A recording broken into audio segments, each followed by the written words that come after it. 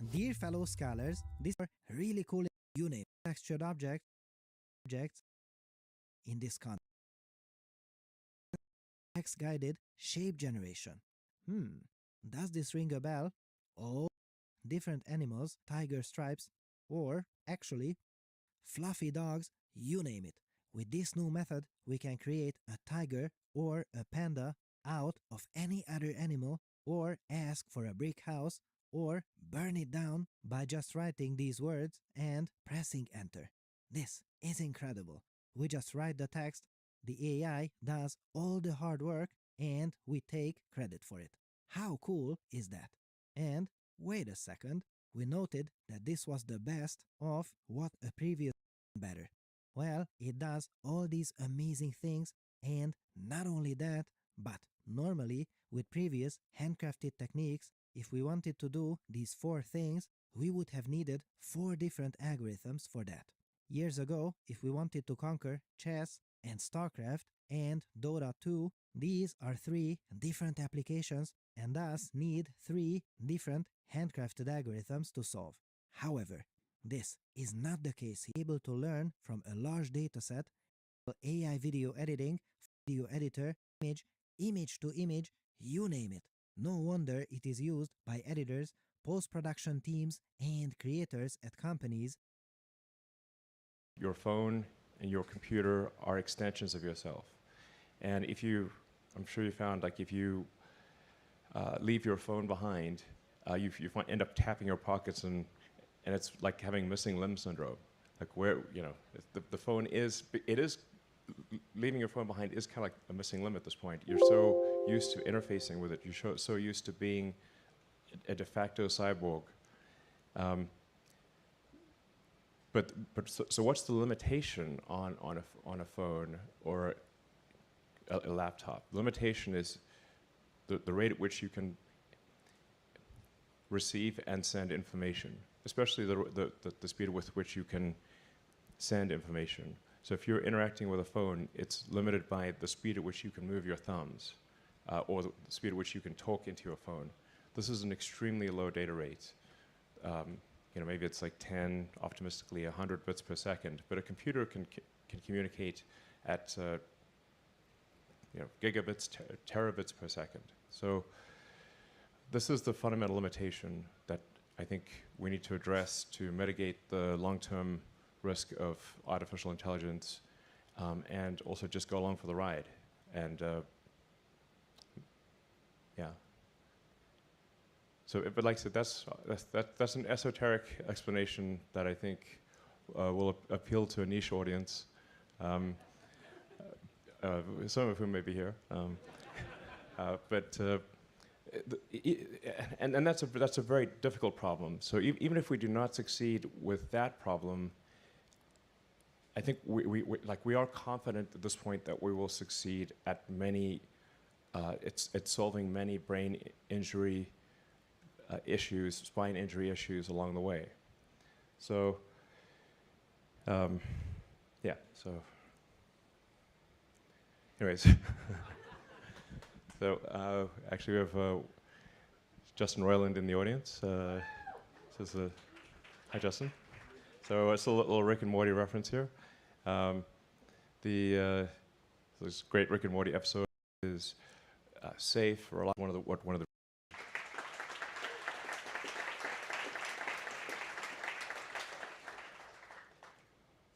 And I mentioned upgradability. Upgradability is very important because our first ever, like they were born blind. And on the fruit front, so on the fruit front,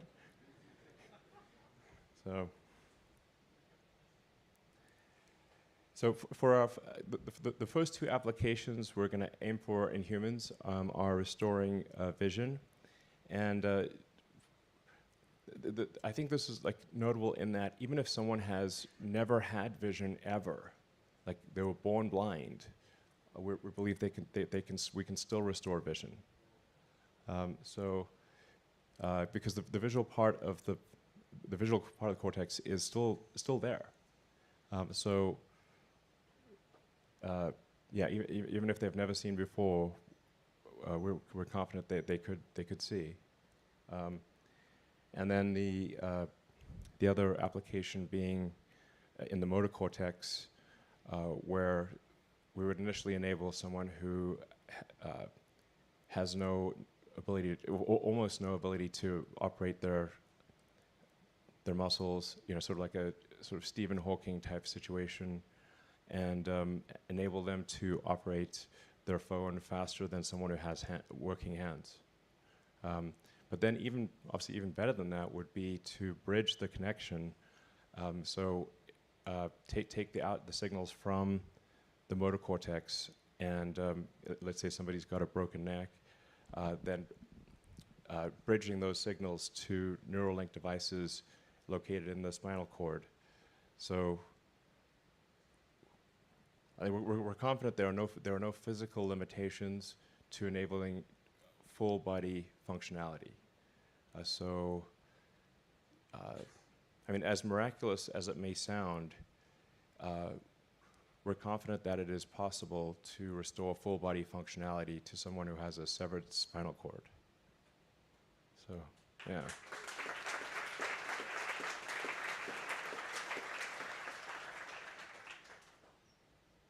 So, yeah. All right. And then I want to emphasize again that the primary purpose of this update is recruiting. A lot of times people think that they couldn't really work at Neuralink because they don't know anything about biology or how brains work. And the thing that we really want to emphasize here is that you don't need to, because when you break down the skills that are needed to make Neuralink work, it's actually many of the same skills that are required to make a smartwatch or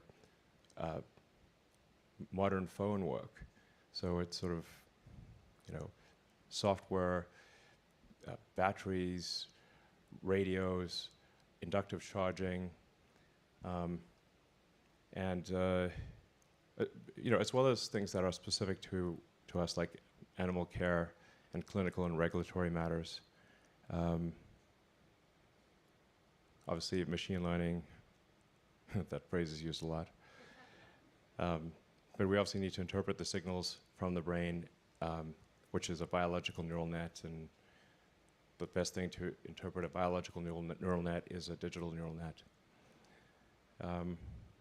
So this is, if there's one message I want to convey, it is that if you have expertise in creating advanced devices like watches and phones, computers, then your capabilities would be of great use in solving these important problems. That's more than anything the message I want to convey. Let's see. Yeah. So with that, I guess, DJ.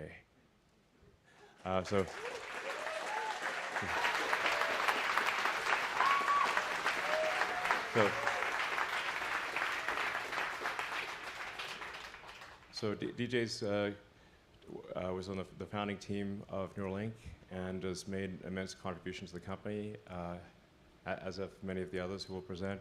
But I want just to thank DJ for his immense contribution to Neuralink. And all right, cool. Thank you. Thanks, Elon.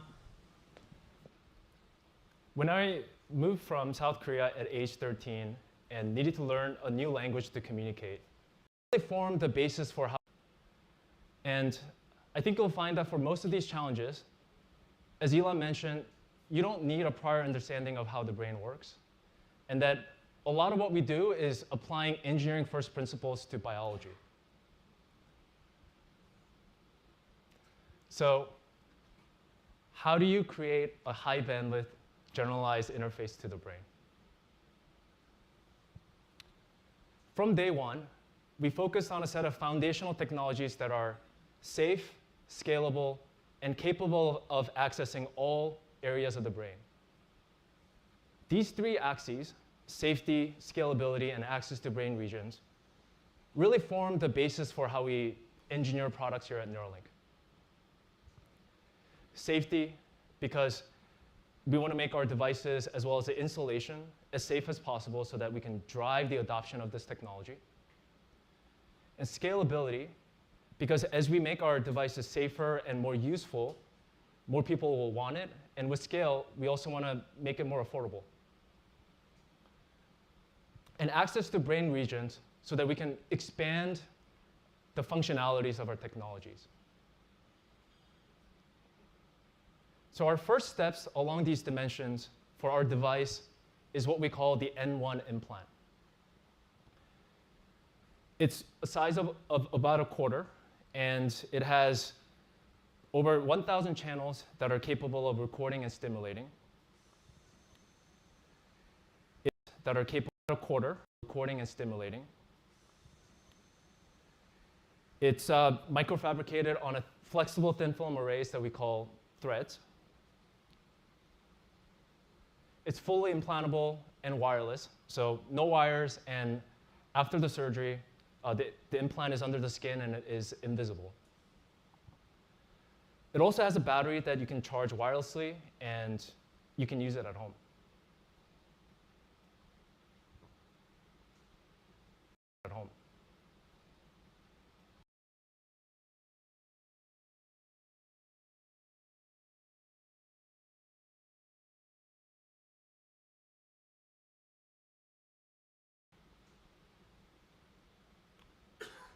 So similarly, for implanting our device safely into the brain, we built a surgical robot that we call the R1 robot. It's capable of maneuvering these tiny threads that are only on the order of a few red blood cells wide, and inserting them reliably into a moving brain while avoiding vasculature. It's quite good at doing this reliably. And in fact, because we've never shown an end-to-end insertion of a robot in action, we're going to do a live demo of the robot doing surgery in our brain proxy. So who wants to see some insertions?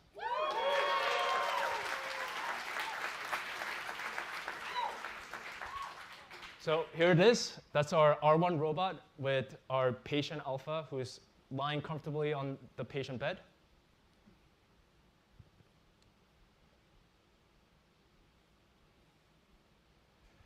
This is what we call the targeting view. So what you're seeing is this is a picture of our brain proxy. And the pink represents the cortical surface that we want to insert our electrodes into. And the black represents the vasculatures that we want to avoid. And what you're seeing is these hash marked with numbers that represents where we intend to put each of our threads. So should we see some insertions? So this is another view real quick. On the left is the view of the insertion area. And on the right is it's going to peel the array, the threads, one by one from its silicon backing and insert it into the targets that we predetermined in the targeting view. So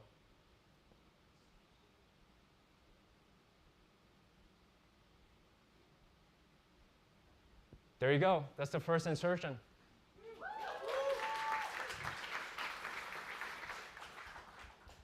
So we're going to see a couple more insertions.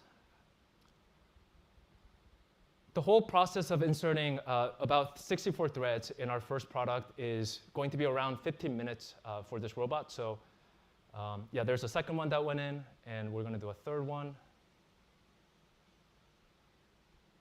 There you go. And then that's going to go in the background, and we'll come back to it in the later part of the presentation.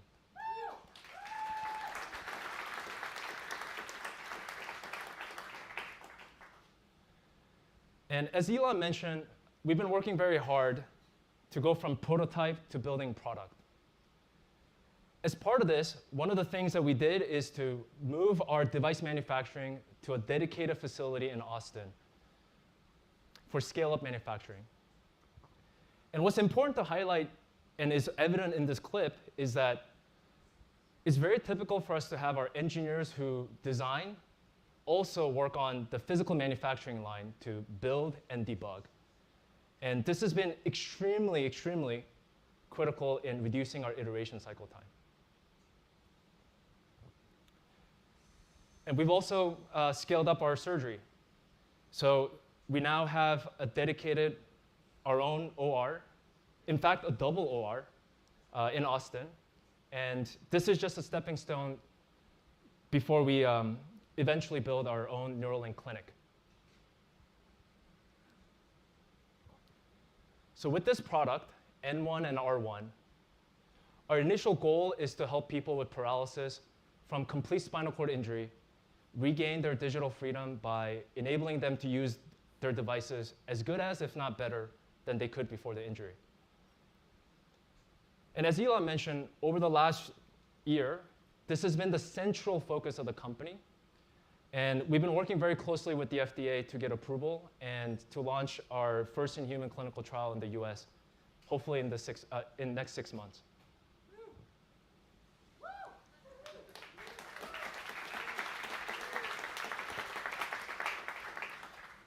So hopefully this gives you a good overview of our product. For the next hour, we're going to go through a deep technical dives on these topics to tell you about our technical challenges, share some of our progress, and preview what's coming next. So with that, over to Nir from my team, who's going to talk to you about neural decoding. Thank you, DJ. And hey, everyone. My name is Nir Evan-Chen, and I'm the head of Brain Interfaces Applications. Our goal is to enable someone with paralysis control a computer, as well as me, or even better. We'd like to provide fast and accurate control with all the functionality of computers that works anytime, anywhere. So I'm very excited to show you how we're using the N1 device with our software and algorithms to achieve this. Last year, we shared with you a video of Pedro the monkey controlling a computer cursor with his brain. So how do we do that? Just a brief reminder. First, we record his neural activity from the motor cortex using the N1 device. We can record from over thousands of channels while he's playing with the joystick. Then we can train a neural net that predicts the cursor velocity from the patterns of his neural activity. With this decoder, he can then control a cursor just by thinking about it, without even moving the joystick. He can play with this decoder a variety of games, also a grid task, where he's moving the white dot towards the yellow target. Every time he gets one, he receives a drop of his favorite smoothie. And he chooses to play this game every day. Here you can see his performance from early 2021, around the time we released the previous demo. It's quite accurate, but it's a bit slower than what we would like. And cursor control is the foundation for interacting with most computer applications. So since then, we've been working to improve cursor speed and accuracy. As you can see, it's much, much faster, almost twice as fast.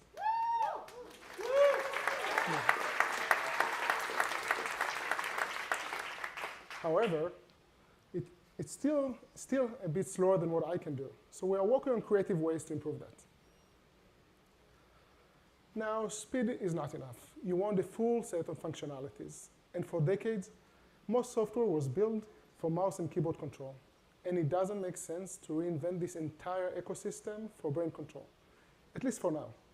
So we are working and we are designing mouse and keyboard interfaces for the brain. The way we do that is by training Pedro and his friends on a variety of computer tasks, and then designing algorithms to predict their behavior. Here you can see a few examples of tasks in different phases of monkey training. For example, left and right click, click and drag, cursor typing, swipe typing, handwriting, and even hand gestures. Now, interacting with computer is bidirectional, and feedback is very